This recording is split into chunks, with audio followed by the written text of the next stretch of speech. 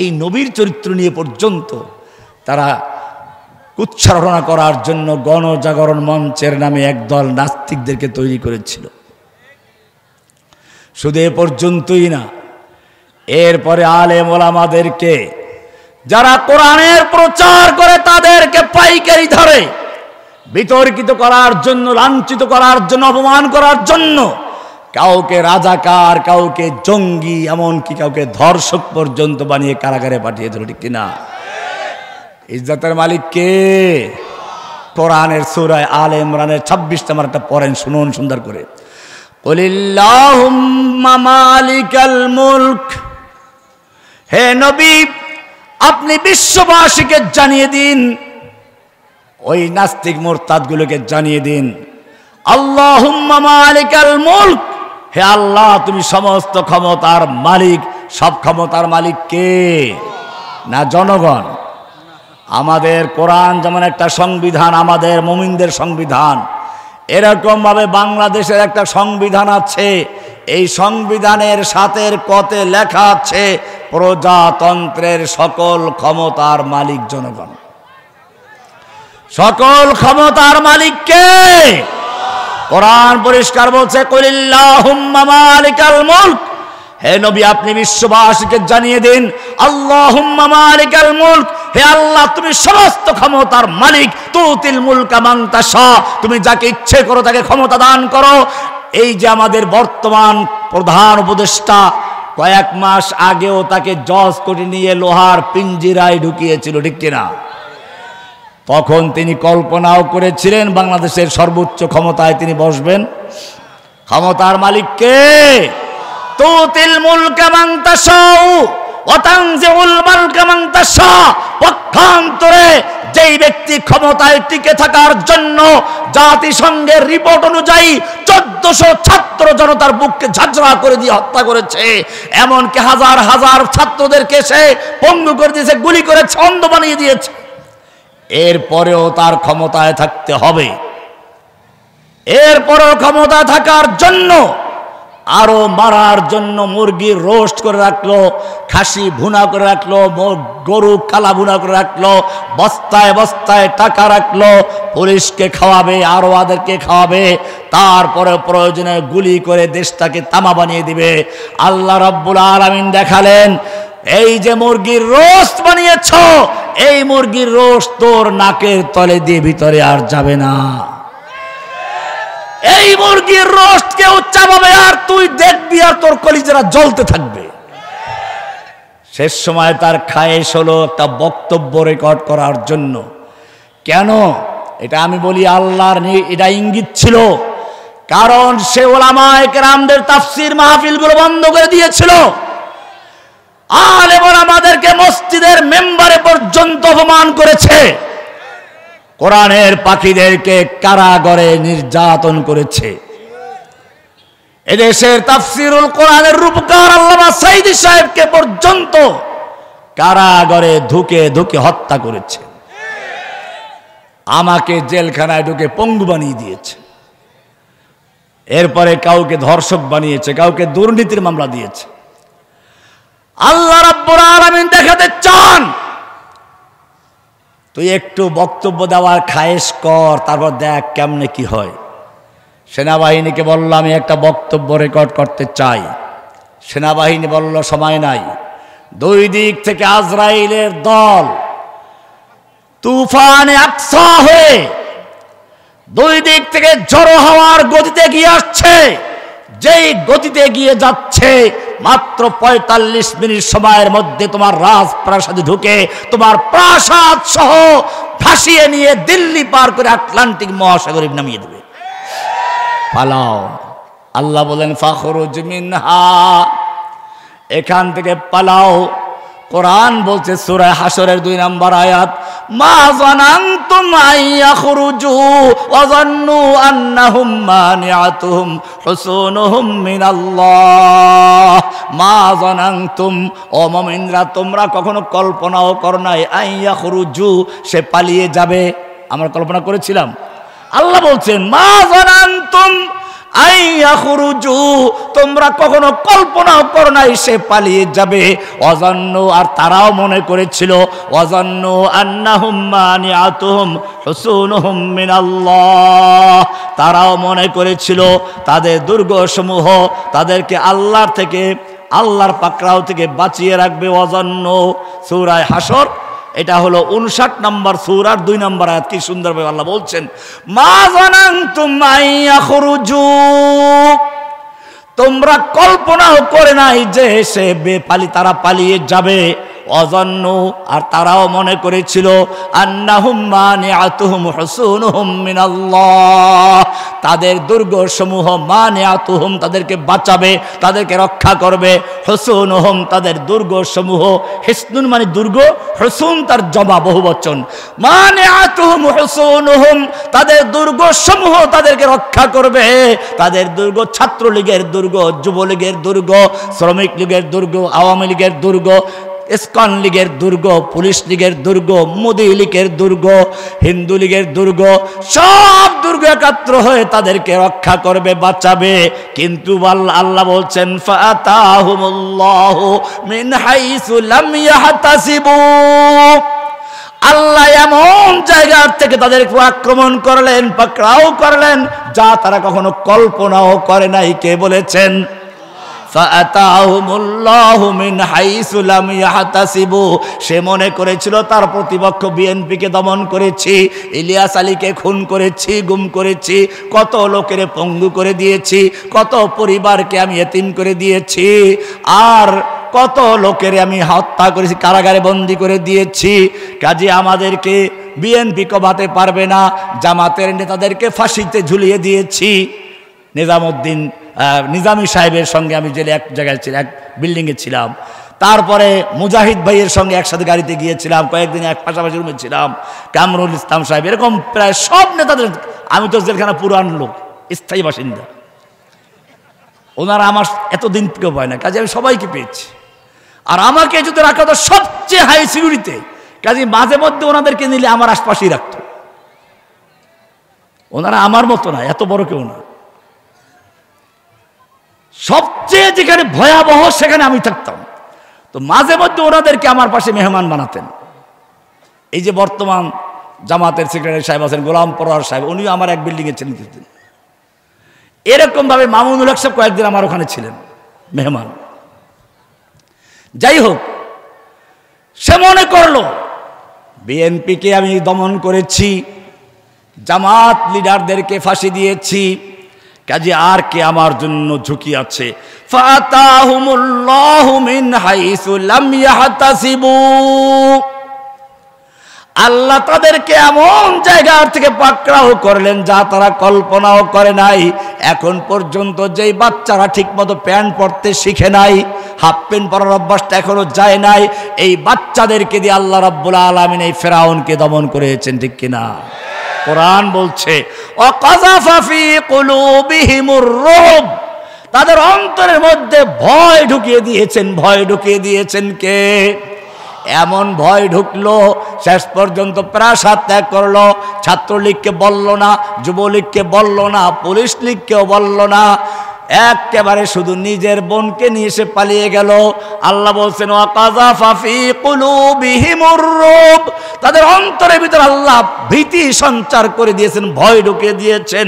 ইখরিবুনা বুয়ুতাহুম বিআইদিহিম ওয়া আইদিল মুমিনিন, তাদের বাড়ি ঘরগুলোকে আল্লাহ তাআলা তাদের মাধ্যমে এবং মুমিনদের হাতের মাধ্যমে ভেঙে চুরমার করে দিয়েছেন।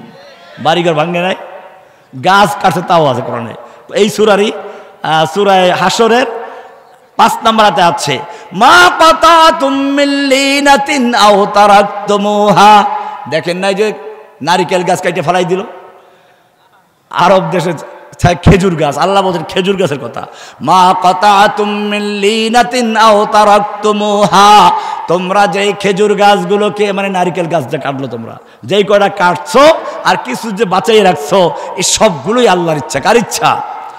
ফাবিইজনিল্লাহ তাও তারাকতুমুহা কাইমাতান আলা উসুলিহা ফাবিইজনিল্লাহ ওয়া লিইউখজিয়াল ফাসিকিন, আল্লাহ তাআলা এই মুনাফিকগুলোকে অপমান করার জন্য, লাঞ্ছনা করার জন্য, ওদের কলিজায় আগুন লাগিয়ে দেওয়ার জন্য তোমাদের মাধ্যমে এই কাজগুলো করিয়েছেন। পরিষ্কার হচ্ছে আয়াত? বলে মাঝে মধ্যে হুমকি দেয় যে তাও কোরআনে আছে, এই সূরার মধ্যে আছে।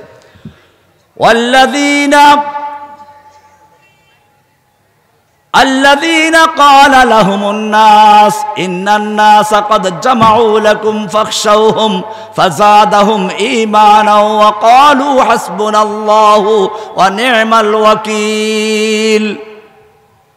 ওই যে হুঙ্কার দেয় মাঝে মাঝে ঢুকে পড়বো, চট করে আসবো, ওইটা আছে কোরআনে।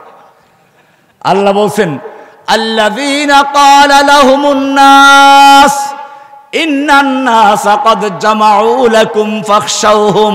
সব আমরা সংঘবদ্ধ হচ্ছি, ঐক্যবদ্ধ হচ্ছি, এমনকি ভারতকে নিয়ে ঢুকে পড়বো। ফাখশাউহুম, ভয় করো। আল্লাহ বলছেন ফাযাদাহুম ঈমানা। মুমিনদেরকে যখন এই ভয় দেখানো হচ্ছিল, তাদের ঈমান আরো বৃদ্ধি পেল। ওয়াকালু, এবং তারা বলল হাসবুনাল্লাহু ওয়া নি'মাল ওয়াকিল, আমাদের জন্য আল্লাহ যথেষ্ট, দুনিয়ার কোনো শক্তি আমাদের পরাজিত করতে পারে না। আমরা বলেছি লা ইলাহা লা ইলাহা ইল্লাল্লাহ। লা মানে নেই, ইলাহ মানে কোনো মাবুদ। লা ইলাহা, কোনো মাবুদ নাই। মাবুদ কাকে বলে? যাকে সেজদা করা হয় তার নাম মাবুদ, যার আইন মানা হয় তার নাম মাবুদ, যাকে পূজা করা হয় তার নাম মাবুদ, যার কাছে প্রার্থনা করা হয় তার নাম মাবুদ, যার কাছে সন্তান চাওয়া হয় তার নাম মাবুদ। আল্লাহ বলছেন লা ইলাহা, বলো লা ইলাহা, নেই কোনো ইলাহা, নেই কোনো মাবুদ, নেই কোনো আইনদাতা, নেই কোনো বিধানদাতা, নেই কোনো সন্তান দাতা, নেই কোনো হুকুমদাতা। লা ইলাহা বলে সব উৎখাত করে ইল্লাল্লাহ বলে শুধু একজনকে গ্রহণ করো। কাকে? আমি বলে থাকি প্রায় যে পুরাতন বিল্ডিং এ রং করতে গেলে মানুষ প্রথমে পুরাতন রংটাকে ঘষে মেজে ধুয়ে মুছে পরিষ্কার করে তারপরে নতুন রং করে। ঠিক তেমনি ভাবে লা ইলাহা বলে একজন মানুষ প্রথমে তার অন্তর থেকে পরিষ্কার করে খাজা বাবা, গাজা বাবা, লেংটা বাবা, দরগাওয়ালা, দুর্গাওয়ালা, আতা বক্স, গঞ্জে বক্স, গেসু দরাজ, জুলফে দরাজ, হাজত রওয়া, মুশকিল কুশা, যত কিছু আছে অন্তর থেকে বের করে দেয়। এরপরে লা ইলাহা বলে আদালত থেকে আল্লাহর আইন বাদ দিয়ে যারা মানব রচিত আইনে বিচার ফয়সালা করে, লা ইলাহা বলে তাদেরকে আদালত থেকে বের করে দেয়। লা ইলাহা বলে সংসদে বসে যারা আল্লাহর আইনকে বাতিল করে মান গড়া আইন তৈরি করে, লা ইলাহা বলে ওখান থেকে তাদেরকে বাতিল করে দেয়। ইল্লাল্লাহ বলে শুধু একজনকে বসায়। কাকে? এই লা ইলাহা ইল্লাল্লাহর বুঝে শুনে সাক্ষী দিতে হয়। সূরা মুহাম্মাদের আয়াত পরিষ্কার, আল্লাহ বলেছেন ফা'লাম আন্নাহু লা ইলাহা ইল্লাল্লাহ। ভালো করে জেনে বুঝে বলো লা ইলাহা। এই লা ইলাহা খালি পড়লেই চলবে না, তোমাকে সাক্ষ্য দিতে হবে। এই লা ইলাহার সাক্ষ্য না দিলে তোমার আযান হয় না। আশহাদু আল্লা ইলাহা ইল্লাল্লাহ। এই লা ইলাহার সাক্ষ্য না দিলে তোর ইকামত হবে না। এই লা ইলাহার সাক্ষ্য না দিলে তোমার খুতবা হয় না। এই লা ইলাহার সাক্ষ্য না দিলে তোমার ঈমান হয় না। লা ইলাহার সাক্ষ্য সম্পর্কে আল্লাহ তোমাকে প্রশ্ন করেছেন, কুল আইয়ু শাইইন আকবারু শাহাদা। সূরা আনআম 6 নম্বর সূরার 19 নম্বর আল্লাহ বলছেন কুল আইয়ু শাইইন আকবারু শাহাদা, বলো তো সবচেয়ে বড় সাক্ষ্য কোনটি? লা ইলাহা। এইবারে যদি আল্লাহ তোমাকে বলেন বলো তো এমন কোন সাক্ষ্য আছে যেই সাক্ষ্য মানুষ দেয় শেষ হয় না, ফেরেশতা দেয় শেষ হয় না, জিন দেয় শেষ হয় না, পাহাড় পর্বত দেয় শেষ হয় না, নদী নালা খাল বিল দেয় শেষ হয় না, পশু পক্ষী দেয় শেষ হয় না।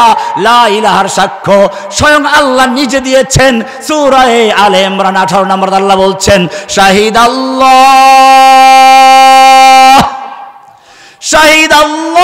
আন্নাহু লা ইলাহা ইল্লা হুয়া ওয়াল মালাইকাতু ওয়া উলুল ইলমি কাইমান বিল কিসত। লা ইলাহার সাক্ষ্য দিয়েছেন স্বয়ং আল্লাহকে দিয়েছেন। লা ইলাহার সাক্ষ্য না দেওয়া পর্যন্ত কোন সমাজ, কোন জাতি মুমিন হতে পারে না। লা ইলাহার সাক্ষী দিয়ে আল্লাহ ছাড়া যত গায়রুল্লাহর মানব রচিত আইন আছে সমস্ত আইন উৎখাত করে দিয়ে একজনের আইন মানে কার আইন? এটাই হচ্ছে লা ইলাহা মানে খালি করা, ইল্লাল্লাহ মানে পূরণ করা, লা ইলাহা মানে নফি করা, ইল্লাল্লাহ মানে ইসবাত করা, লা ইলাহা মানে কুফর করা, ইল্লাল্লাহ মানে ঈমান আনা। এইটা আবার কি শোনো কোরআন থেকে সূরা বাকারা 256 নম্বর আল্লাহ বলছেন ফামান ইয়াকফুর বিত্তাগুত, যেই ব্যক্তি লা ইলাহা বলে, ফামান ইয়াকফুর বিত্তাগুত, সব তাগুতকে উৎখাত করলো, কুফর বিত্তাগুত, ওয়া ইউমিন বিল্লাহি, এরপরে ইল্লাল্লাহ বলে ঈমান বিল্লাহ করলো, আল্লাহর উপর ঈমান আনলো। কয়টা কাজ করলো? কয়টা কাজ? দুইটা কাজ করলো। লা ইলাহা বলে কুফর বিত্তাগুত, ইল্লাল্লাহ বলে ঈমান বিল্লাহ। কয়টা কাজ? সূরা বাকারা 256 নম্বর আয়াত ভালো করে বুঝে শুনে পড়ুন। কোরআন বলছে ফামান ইয়াকফুর বিত্তাগুত, যেই ব্যক্তি লা ইলাহা বলে কুফর বিত্তাগুত করেছে, ইল্লাল্লাহ বলি ওয়া ইউমিন বিল্লাহি, ঈমান বিল্লাহ করলো। দুইটা কাজ করলো। লা ইলাহার মাধ্যমে সব তাগুতকে বর্জন করলো, ইল্লাল্লাহ বলে আল্লাহকে গ্রহণ করলো। খালি আল্লাহকে গ্রহণ করলে চলবে না, আল্লাহকে মানে, নামাজ পড়ে, রোজা রাখে, হজ করে, যাকাত দেয়, স্ত্রীকে পর্দা রাখে, সব করে, ঠিক আছে। কিন্তু তাগুতকে দেখলে সেলুট দেয়, তাগুতের সঙ্গে দোস্তি করে, তাগুতকে দেখলে সে বন্ধুত্বের হাত বাড়িয়ে দেয়। আল্লাহ বলছেন তুই মুমিন হও নাই।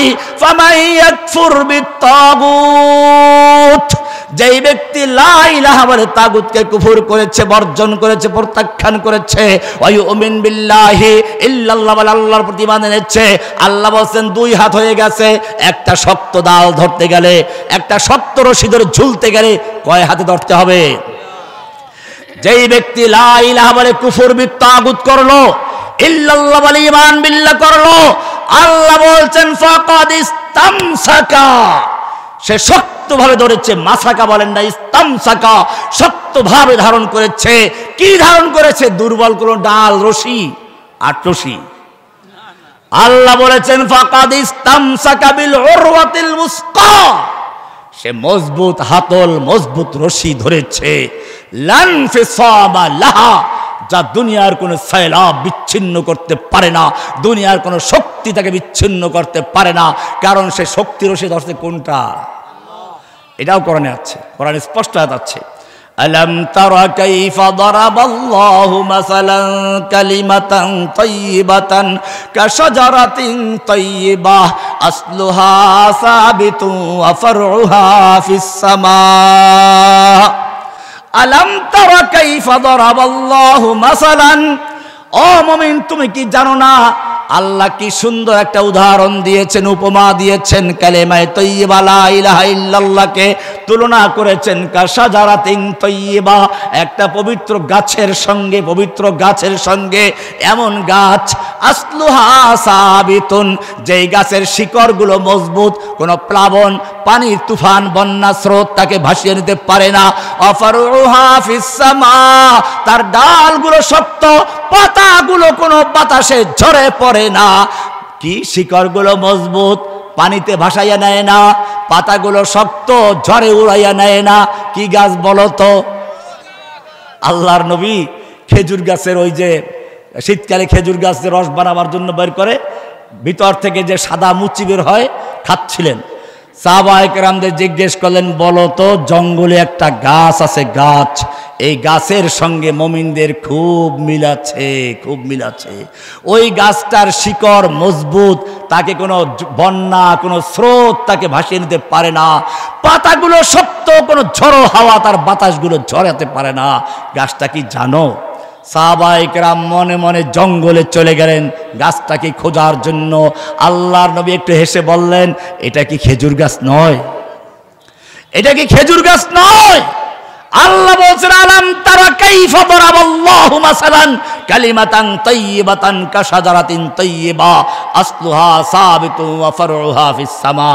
কিন্তু যেই ব্যক্তি লা ইলাহা বলে তাগুতকে বর্জন করতে পারে নাই, এক হাত দিয়ে ধরেছে, ঈমান বিল্লাহ করেছে, নামাজ করে, রোজা রাখে, হজ করে, যাকাত দেয়, কোরআন পড়ে, সব ঠিক আছে, কিন্তু তাগুতকে বর্জন করতে পারে না। আল্লাহ বলছেন ওয়া মান ইউশরিক বিল্লাহ, যেই ব্যক্তি লা ইলাহার ক্ষেত্রে বর্জন করতে পারে নাই, কুফরবিদ তাগুত করতে পারে নাই, তাগুতের সঙ্গে দুস্তিবি আছে, আল্লাহকেও বিমানে চলে, মসজিদে গিয়ে বলে নবীর আদর্শ মানলে কামিয়াব হওয়া যায়, মন্দিরে গিয়ে বলে আবার দুর্গা দেবীর আদর্শ মানলে পরে কামিয়াব হওয়া যায়, দুর্গা দেবী গজে চড়ে আসলে ফসলে ভরে যায়, এবারে মক্কায় গিয়ে পট্টি বেঁধে হজ করতে যায়, আবার ভারতে গিয়ে মাথায় তিলক সিঁদুর লাগায়। আল্লাহ রাব্বুল আলামিন একদিকে দেখায় আল্লাহর কাছে সে প্রিয় হতে চায়, আর একদিকে চিন্তা করে শয়তান যেন অসন্তুষ্ট না হয়। হজ্জে কাবা ভিকিয়া গঙ্গা কা স্নান বিলিয়া খুশ রহে আল্লাহ ভি শয়তান ভি নারাজ না হো, খুশ রহে আল্লাহ ভি শয়তান ভি নারাজ না হো। মক্কায় গিয়ে হজ করে, গঙ্গায় গিয়ে আবার স্নান লয়, খুশ রহে আল্লাহ ভি শয়তান ভি নারাজ না হো। আল্লাহ যেন খুশি থাকে, শয়তান যেন অসন্তুষ্ট না হয়। এই মার্কা মুসলমান যারা, আল্লাহ বলছেন ওয়ামাই ইউশরিক বিল্লাহ, যেই ব্যক্তি আল্লাহর সঙ্গে শিরিক করলো, লা ইলাহা যার ক্লিয়ার নেই, ফাকান্নামা খাররা মিনাস সামা, আসমান থেকে তার হাত ছুটে গেছে, রশি ছিঁড়ে গেছে, খররা মানে ছিটকে পড়েছে, মিনাস সামা আসমান থেকে ছিটকে পড়েছে। এখন কোথায় পড়বে আল্লাহ বলছেন ফাতাখতাফুহু তাইর, পাখি তাকে ছো মেরে নিয়ে যায়।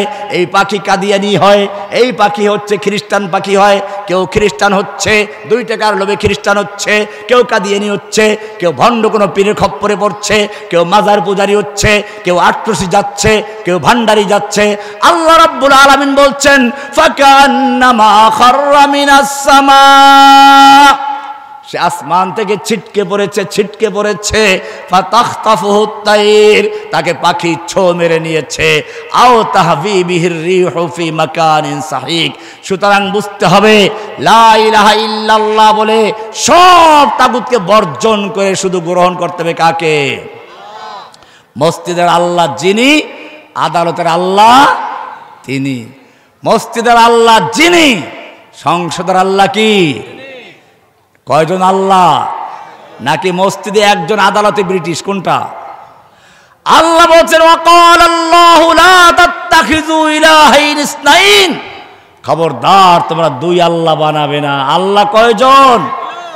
এইবারে শুনুন চূড়ান্ত আল্লাহর নির্দেশ, সূরা নিসা 65 নম্বর আল্লাহ বলছেন ফালা ওয়া রাব্বিকা লা ইউমিনুন, ফালা ওয়া রাব্বিকা লা ইউমিনুন, যে আসুক বা না আসুক এটা না করা পর্যন্ত মুমিন হতে। এখন বুঝতে পারছেন আমরা কোন মুমিন? নিজেদের ঈমান চিন্তা করতে হবে। ঈমানদার সবাই দাবি করে, আমি বলি এটা এরকম, একজন লোক শূন্য লাগছে, শূন্য অনেক বড় বড় করে শূন্য লাগছে, একেবারে এই যে কি জানি জায়গাটার নাম, ফরাক্কাবাদ, বিরল থানার ফরাক্কাবাদ থেকে শুরু করে ঢাকা পর্যন্ত শূন্য লেখে ভরে ফেলেছে। কোনো মূল্য আছে? এবার একটা 1 লেখলো 1, এরপরে ডান পাশে একটা শূন্য দিল, কত হয়ে গেছে? আর এক শূন্য। এখন যত শূন্য লাগাবে একের মূল্য তত।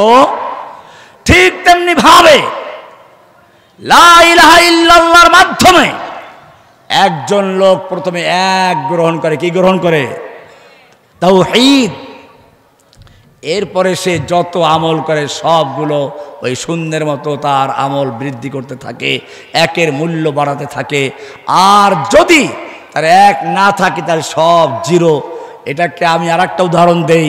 একজন লোক রাস্তায় সুন্দরী একটা মেয়ে পাইছে, পছন্দ হয়েছে, ধরে নিয়ে আসছে, এনে তাকে প্রথমে উজু করাইলো, গোসল করাইলো, কোরআন পড়ায়, এবারে নামাজ পড়ায়, রোজা রাখায়, হজেও নিয়ে গেছে, উমরা করায়, পর্দা করায়, হালাল রুজি রোজগার খাওয়ায়, কঠোর শরিয়া মেনে ঘর সংসার করে, কিন্তু বিয়ে করে নাই। কি করে নাই? কোনো মূল্য আছে? আগে কি করতে হবে? আগে বিয়ে করতে হবে, তারপরে তুমি শরিয়া মেনো। বোঝা গেল এইখানেই গন্ডগোল। বুখারী শরীফের একটা হাদিস আপনারা দেখবেন, শুরুর দিকে আছে, বাংলা আছে বুখারীর। বাদশাহ হেরাকল, আল্লাহর নবী ওই যে সন্ধির ফাঁকে চিঠিপত্র লিখছিলেন, সেই সময়টায় রোমের বাদশাহ হেরাকেলের কাছে একটা পত্র লিখেছিলেন। হেরাকেল চিঠিটা পড়ার আগে মুহাম্মদ সাল্লাল্লাহু আলাইহি সাল্লাম সম্পর্কে তথ্য জানতে চাইল। খবর পাঠাইলো, দেখো তো সিরিয়ায় কোনো ওই যে মক্কায় নবী দাবি করেছে তার বংশের বা তার এলাকার কোনো লোকজন আছে কিনা। আবু সুফিয়ানের নেতৃত্বে তখন একটা মক্কার ব্যবসায়ী দল ওই সিরিয়া এলাকায় ছিল।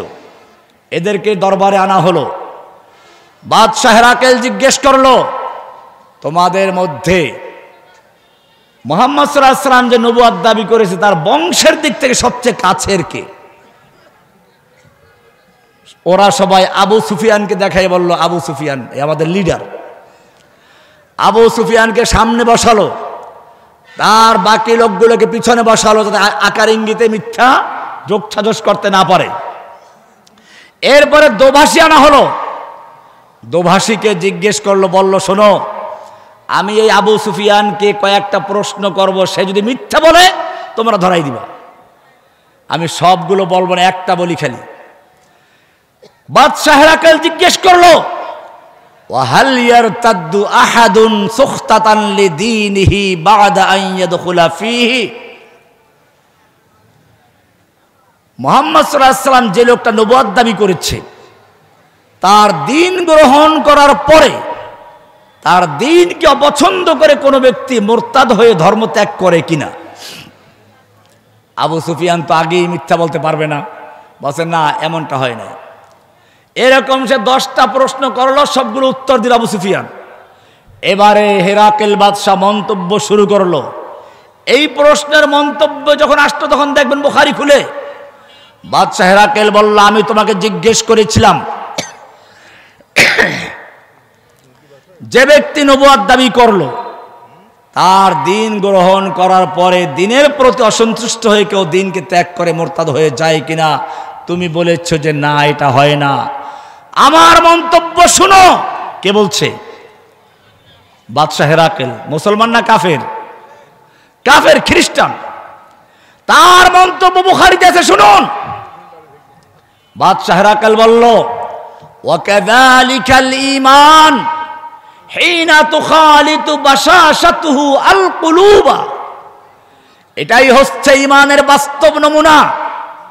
যখন ঈমান কারো অন্তরের সঙ্গে মিশে যায়, অন্তর যখন ঈমানের তৃপ্তি পায়, তখন দুনিয়ার কোনো লোভ লালসা, দুনিয়ার কোনো ভয়ভীতি তাকে দ্বীনের থেকে মুরতাদ বানাতে পারে না, ধর্ম ত্যাগ করতে পারে না, কাদিয়ানি বানাতে পারে না, খ্রিস্টান বানাতে পারে না। বোঝা গেল আসল গন্ডগোলটা কোন জায়গায়। বেলাল রাদিয়াল্লাহু তাআলা আনহুকে উত্তপ্ত বালুর উপরে শুয়ে রাখা হলো, বুকের উপর পাথর চাপা দিয়েছে, তারপরও আহাদ আহাদ বলছে, ঠিক কিনা? আল্লাহর নবীর সাহাবী খুবাইবকে, মক্কার সবচেয়ে বড় সাহিত্যিক, বড় কবি, তাকে শুলিবিদ্ধ অবস্থায় মক্কার কাফেররা প্রস্তাব করলো, খুবাইব তুমি মক্কার সবচেয়ে বড় কবি সাহিত্যিক, তোমাকে আমরা শুলিবিদ্ধ করতে চাচ্ছি না, তুমি খালি একটু বলবে, আমরা তোমার মুহাম্মদকে এখানে ধরে আনতে পারবো না, কিন্তু তুমি যদি খালি মুখে বলো তোমার জায়গায় মুহাম্মদকে শুলি দেওয়া হোক, তোমাকে ছেড়ে দেওয়া হোক, এতটুকু কথা মুখে বললে আমি ছেড়ে দেব। আল্লাহর নবীর সাহাবী সেই শুলিবিদ্ধ অবস্থায় গর্জে উঠলেন। বুখারী সহ হাদিসের সব কিতাবে আছে, তিনি বলছেন, ফালাস্তু উবালি হিনা উকতালু মুসলিমা আলা আইয়ি শাক্কিন কানা ফিল্লাহি মাসরাই ওয়া যালিকা ফি যাতিল ইলাহি ওয়া ইয়াশা ইবারিক লি ফি আওসালি শিলবিন মুমাজ্জাই। ও কাফেরের গোষ্ঠী, শুনে রাখ, আমার জায়গায় নবীকে রাখা হবে আর আমি এখান থেকে বেঁচে যাব।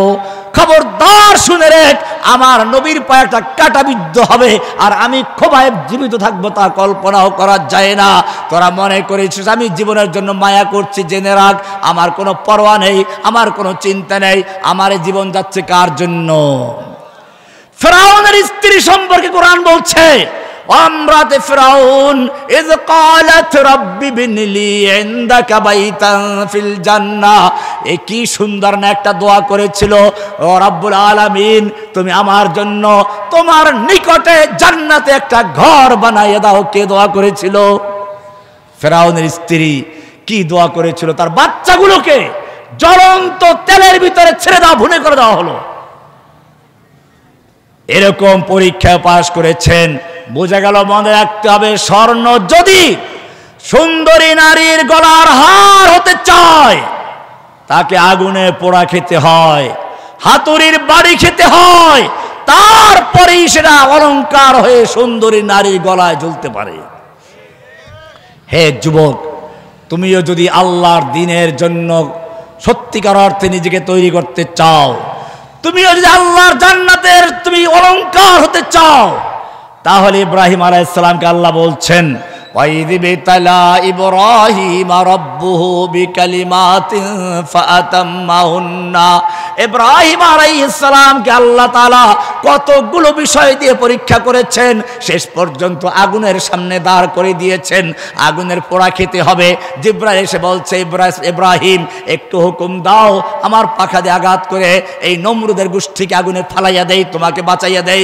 ইব্রাহিম আলাইহিস সালাম বলছেন, ও ভাই জিবরাইল, আমি তো তোমার জন্য দাওয়াত দিয়ে পর্যন্ত আসি নাই, আমি যে আল্লাহর পক্ষে দাওয়াত দিয়েছি সেই আল্লাহ আমাকে সাহায্য করবেন। আল্লাহ রাব্বুল আলামিন বলছে, ইব্রাহিম আগুনে পোড়া খেয়েছো, এইবারে শোনো, তোমার ক্ষমতা যেখানে শেষ হয়েছে আমার সাহায্য সেখান থেকে শুরু হয়ে যাবে। কুলনা ইয়া নারু কুনি বারদাও ওয়া সালামান আলা ইব্রাহিম। ও আমার আগুন, খবরদার খবরদার, আমার ইব্রাহিমের জন্য আরামদায়ক ঠান্ডা হয়ে যাও, আমার ইব্রাহিমের জন্য একটা পশম না পড়ে যায়। ইব্রাহিম পরীক্ষায় পাশ করেছেন। আল্লাহ বলছেন, ফাতাম্মাহুন্না ক্বালা ইন্নী জাইলুকা লিন্নাসি ইমামা। হে ইব্রাহিম, আমি তোমাকে মানুষের লিডার বানাবো, ইমাম বানাবো। তুমি পোড়া খেয়েছো, পরীক্ষায় পাশ করেছো, জুলুম সহ্য করেছো, অত্যাচার সহ্য করেছো, বাতিলের সামনে মাথা নত করো নাই। মর্দে মুমিন বাতিল সে হরগিজ खौफ का सकता नहीं, सर कटा सकता है लेकिन सर झुका सकता नहीं। हर सिमत मचलती किरणों ने अफसून शबे गम तोड़ दिया, अब जाग उठे हैं दीवाने, दुनिया को जगा कर दम लेंगे। सोचा है कफील अब कुछ भी हो, हर हाल में अपना हक लेंगे। इज्जत से जीना है तो जी लेंगे, या जाम शहादत पी लेंगे। ইজ্জতের সঙ্গে হয়তো বাঁচবো, নতুবা শাহাদাতের মওত গ্রহণ করবো, তারপরও কোনো বাতিলের সামনে মাথা রাখবো, ঠিক না? মুমিনদের মনে রাখতে হবে, মনে রাখতে হবে, ঈমান এত সোজা নয়। আজকে বাংলাদেশে আবু সাঈদরা জীবন দিয়ে দেখিয়ে দিয়েছে, এখনো যারা জীবন দেয় আল্লাহ তাদেরকে বিজয় দান করেন, ঠিক কিনা?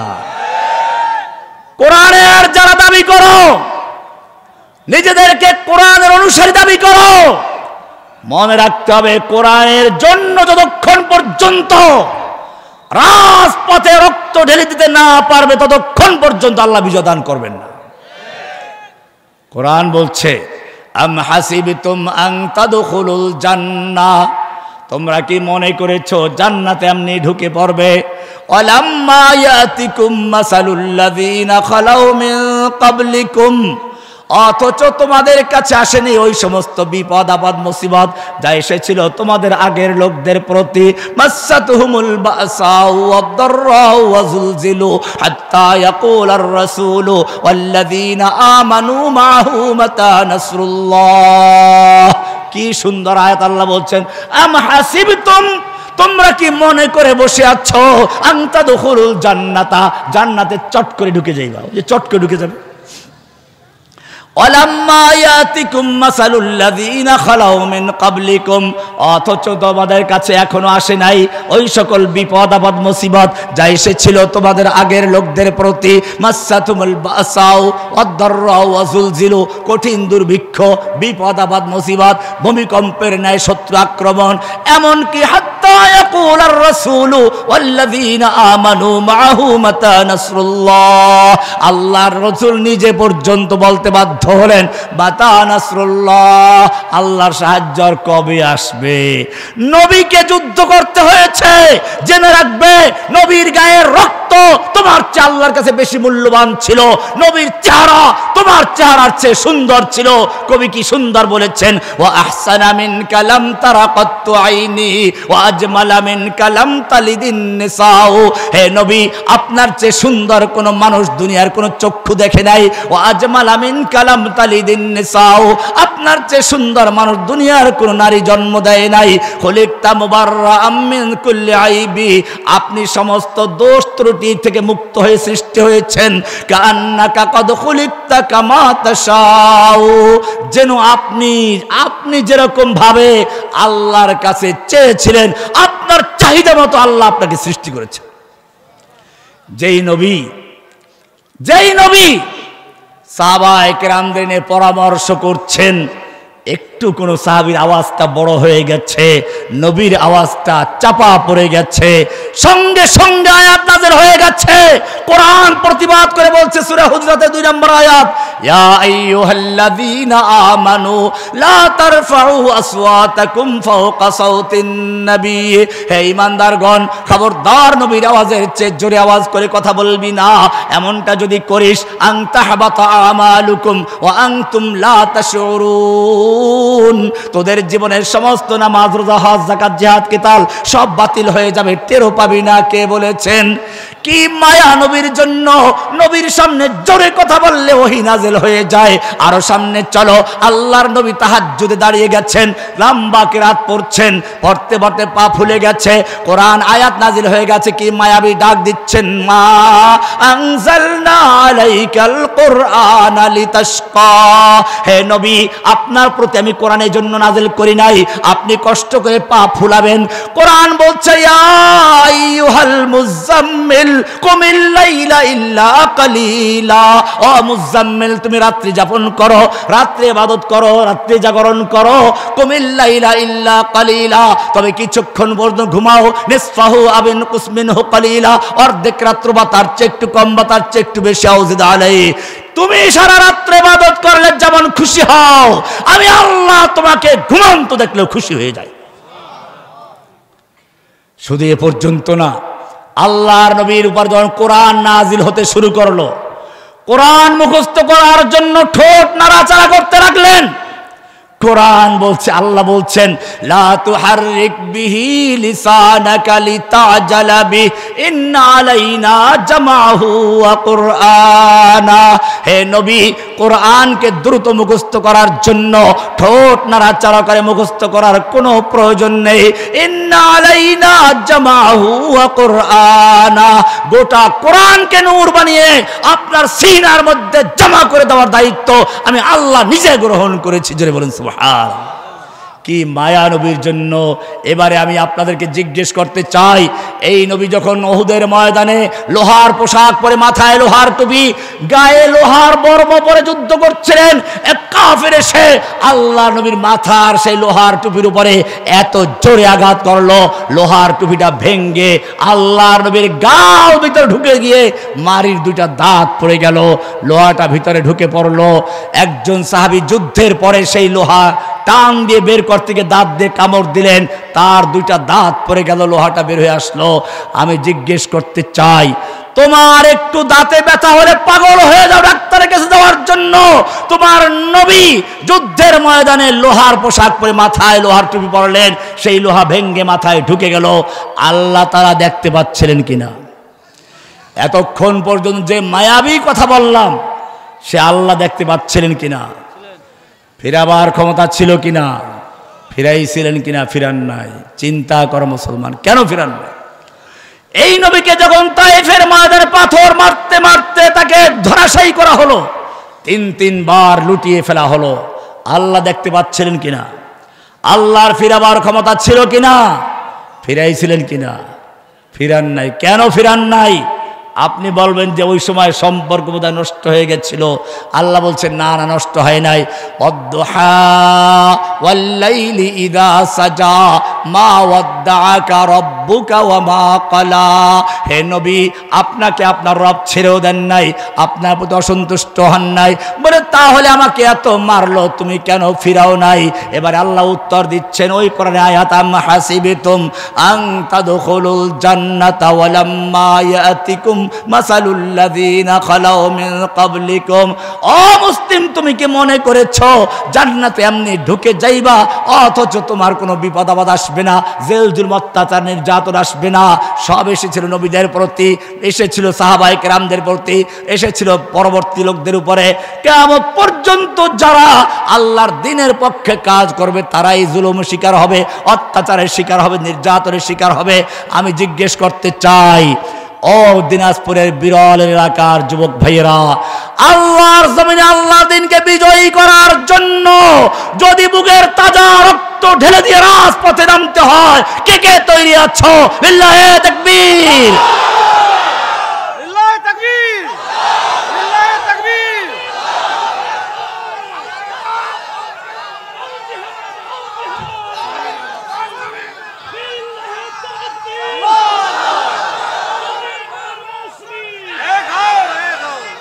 এতক্ষণ পর্যন্ত কোরআনের উপরে আলোচনা হয়েছিল। কোরআন হচ্ছে মুমিনদের সংবিধান। এই কোরআন আল্লাহ দিয়েছেন আমাদের রোড ম্যাপ হিসেবে, সংবিধান হিসেবে। এই কোরআন যে ব্যক্তি, যে সমাজ, যে রাষ্ট্র বাস্তবায়ন করবে, আল্লাহ তাদেরকে বলেছেন ফালা খাউফুন আলাইহিম ওয়ালা হুম ইয়াহজানুন। এই রমজান মাসের মর্যাদা সেই কোরআন নাজিলের কারণে। কোরআন বলছে শাহরু রমাদান আল্লাযী উনজিলা ফীহিল কোরআন। রমজান মাস হচ্ছে সে মাস যেই মাসে এই কোরআন নাজিল হয়েছে। এই কোরআন নাজিলের কারণে রমজান মাসের মর্যাদা হয়েছে। নতুবা পৃথিবীর ইতিহাসে রমজান মাস কত এলো কত গেল কেউ কোনোদিন খোঁজ রাখার চেষ্টাও করে নাই। কিন্তু যখন কোরআন নাজিল হয়ে গেল, তারপরে কোরআনের মর্যাদার কারণে রমজান মাসের মর্যাদা বেড়ে গেল। আল্লাহ বলছেন হুদাল লিন্নাসি ওয়া বাইয়িনাতিম মিনাল হুদা, এই মাসে নাজিল হয়েছে। রমজান মাস তওবার মাস। এখন থেকে লা ইলাহা ইল্লাল্লাহর মাধ্যমে যেরকম বলেছিলাম সব গায়রুল্লাহকে উৎখাত করে দিয়ে রমজান মাসের জন্য প্রস্তুত হও। যত রকমের গায়রুল্লাহ আছে সব থেকে তওবা করে পরিষ্কার পরিচ্ছন্ন হয়ে শুধু একজন আনুগত্য করব, কার? ইন্না সালাতি ওয়া নুসুকি ওয়া মাহইয়ায়া ওয়া মামাতি লিল্লাহি রাব্বিল আলামিন। আমার সালাত, আমার কুরবানি, আমার জীবন, আমার সব কার জন্য? সব কার জন্য? আমার ভালোবাসার কেন্দ্রবিন্দুকে আমি আল্লাহর জন্য আমার মাকে ভালোবাসবো, আমার বাপকে ভালোবাসবো, সন্তানকে ভালোবাসবো, স্ত্রীকে ভালোবাসবো। কার জন্য? আমার ভালোবাসার কেন্দ্র কে? আল্লাহ যাদেরকে ভালোবাসতে বলেছেন তাদেরকে ভালোবাসবো, আল্লাহ যাদের ঘৃণা করতে বলেছেন তাদের ঘৃণা করবো, ঠিক কিনা? আল্লাহ সুবহানাহু ওয়া তাআলা এই পবিত্র মাহে রমজানের জন্য আমাদেরকে প্রস্তুতি গ্রহণ করার তৌফিক দান করুন, আমিন। কোরআনের রাজ কায়েম করার জন্য আমাদের জান মালকে উৎসর্গ করার তৌফিক দান করুন, আমিন। আমি আলোচনা করছিলাম মূলত কোরআনকে নিয়ে, তাওহীদের আলোচনা, কোরআনের আলোচনা। এই কোরআন যদি আমাদের অন্তরে বসে যায়, এই কোরআনের ভালোবাসা যদি অন্তরে বসে যায়, তাওহীদ বসে যায়, তাহলে আমার শুনতে হবে না অমুক জায়গায় খ্রিস্টান হচ্ছে, অমুক জায়গায় কাদিনে হচ্ছে। কারণ ঈমান যদি একবার বসাতে পারি তাহলে আর কি হবে না। সেই জন্য রমজান মাস দাওয়াতের মাস। রমজান মাসকে কেন্দ্র করে আমরা প্রতিটি পাড়ায় মহল্লায়, প্রতি যুবকের মধ্যে, প্রতিটি মেয়ে লোকের মধ্যে, মেয়ে লোকের মধ্যে, পুরুষরা পুরুষের মধ্যে, ব্যবসায়ীদের মধ্যে তাওহীদের ব্যাপকভাবে প্রচলন শুরু করে। কোরআন বলছে উলাইকা কাতাবা ফি কুলুবিহিমুল ঈমান, ঈমানের চারা, ঈমানের বীজ রোপণ করব। এটা যেন আমাদের কর্মসূচি হয় রমজানে। আমরা নিজেরা কোরআন পড়ব, কোরআনের প্রচার করব, কোরআনের দিকে মানুষকে আহ্বান করব, তাওহীদের দাওয়াত দিব, জেনে বুঝে পরিষ্কার হয়ে দাওয়াত দেব। কার দিকে? সূরা ইউসুফের 108 নম্বর আয়াত সামনে রাখবেন। কোরআন বলছে কুল হাযিহি সাবিলি, বলো এটাই আমার রাস্তা, আদউ ইলাল্লাহ, আমি দাওয়াত দেই কার দিকে? কোন ব্যক্তির অনুসরণ না, কোন দলের অনুসরণ না। মনে রাখবেন ব্যক্তি, দল এগুলো ক্ষণস্থায়ী, ইসলাম চিরস্থায়ী। তুমি যদি নিজেকে উৎসর্গ করো ইসলামের জন্যই করো, কোনো ব্যক্তি বা দলের জন্য নয়। হাজি সাবিলি আদউ ইলাল্লাহ, আল্লাহর দিকে আমরা আহ্বান করব। আলা বাসীরা, জেনে বুঝে। কি বাসীরা? কি জেনে বুঝে? আপনি যেই কাজটা করতে যাচ্ছেন ওই কাজটা কোরআন সুন্নাহ অনুযায়ী সঠিক কিনা, এটা প্রথম বোঝা। 2 নম্বর, কাজটা সঠিক, আপনার পদ্ধতিটা সঠিক কিনা। অনেকে আছে জেহাদ বুঝছে, বাস জেহাদ করছে, এখন কি করলো? এই কুকি চিনের কাছে হিজরত করলো, না কোন মৌলভীবাজার পাহাড়ে চলে গেল, জেহাদ করছে। এটার নাম কি? জেহাদ। এই জন্য মনে রাখতে হবে, কেউ আছে ইমাম মাহমুদের কাফেলা বানাই ফেলছে, এসব ভণ্ডামি, এগুলোর থেকে তওবা করতে হবে। মনে রাখতে হবে, আল্লাহর নবী মুহাম্মদ সাল্লাল্লাহু আলাইহি ওয়াসাল্লাম যখন মক্কায় তাওহীদের দাওয়াত দেওয়া শুরু করলেন, আবু বকর, ওমর, ওসমানের মতো লোক তার সঙ্গে আছে, হামজার মতো বীর পুরুষ তার সঙ্গে আছে, ওমরের মতো লৌহ মানব তার সঙ্গে আছে। ইচ্ছে করলে রাতের অন্ধকারে কতগুলো মূর্তি ভাঙতে পারতেন না? ভেঙেছিলেন? ভাঙেন নাই। কেন ভাঙেন নাই? কারণ এই মূর্তি ভেঙে লাভ নাই, আজকে ভাঙবো, কালকে গড়বে। আমার প্রথম কাজ হচ্ছে মানুষের অন্তরের থেকে মূর্তি ভেঙে চুরমার করে এমন ঘৃণার সৃষ্টি করা যেন মূর্তি পরে আমার ভাঙ্গা না লাগে। ওরা নিজেরাই রাস্তার মোড়ে থেকে ভেঙে চুরমার করে দিবে, 32 নম্বর থেকে ভেঙবে, এমনকি যেটা নিজেরা হাতে ভাঙতে না পারে ক্রেনের রশি লাগে টেনে এসে যাবে, ভেঙে চুরমার করে দিবে। কাজে আমাদের মনে রাখতে হবে, আমাদের সমাজটাকে তাওহীদবাদী সমাজ বানাতে হবে, ঈমানের বীজ রোপণ করতে হবে। আর সেজন্য আমাদের সবসময় নিজেদের মধ্যে ঐক্যবদ্ধ থাকতে হবে, কোনো দলাদলি করা যাবে না। এ পর্যন্ত আমার আলোচনা আসে, যে একটু শোনেন খেয়াল করে। এখানে একটা মাহফিল আজকে যারা করেছেন, মাহফিল করতে গিয়ে অনেক খরচ হয়েছে, মাদ্রাসা আছে, ওনাদের একটু আবদার হলো যে আপনারা যেন মন খুলে এটার জন্য কিছু সাহায্য করেন। এক ভাই অলরেডি 5,000 টাকা পৌঁছে দিয়েছেন, আরও যদি কেউ কোনো সাহায্য করতে চান একটু কয়েক মিনিটের জন্য ইনশাআল্লাহ, তারপরে আমরা খতমে মজলিসের দোয়া আছে, দোয়া পরে আমি চলে যাবেন ইনশাআল্লাহ। আপনারা যারা দান করবেন তারা মজলিসে দান করে যাবেন। আমার মনে হয় একটু রুমাল পাঠাই দিলে যারা দেওয়ার দিয়ে দেবে আর কি শেষ সময়। আর আপনারা শোনেন, আপনাদেরকে আমি একটা কথা বলি, আমাদের দেশে বিভিন্ন দল তৈরি হচ্ছে, খুচরা দল। এরা জেহাদের নাম বলে বিভিন্ন রকমের খুচরা দল তৈরি করছে। এগুলোর সাথে আমাদের কোনো সম্পর্ক নেই। এগুলো হচ্ছে, এটা ভারতের র অনেক সময় তৈরি করে নিজেরাই, ওরা তৈরি করে কিছু অপকর্ম করায়, এরপরে গ্রেফতার করায় পাইকারি হারে। কাজে এই সব শয়তানের যে কৌশলগুলো থেকে সাবধান থাকবেন। আল্লাহ তাআলা আমাদের সকলকে বিষয়গুলোকে বুঝার এবং আমাকে তৌফিক দান করুন, আমিন। ওয়া সাল্লাল্লাহু তাআলা আলা নবিনা মুহাম্মদ ওয়া আলা আলিহি ওয়া সাহবিহি। জি, আল্লাহ মানে সালাফি মাদ্রাসার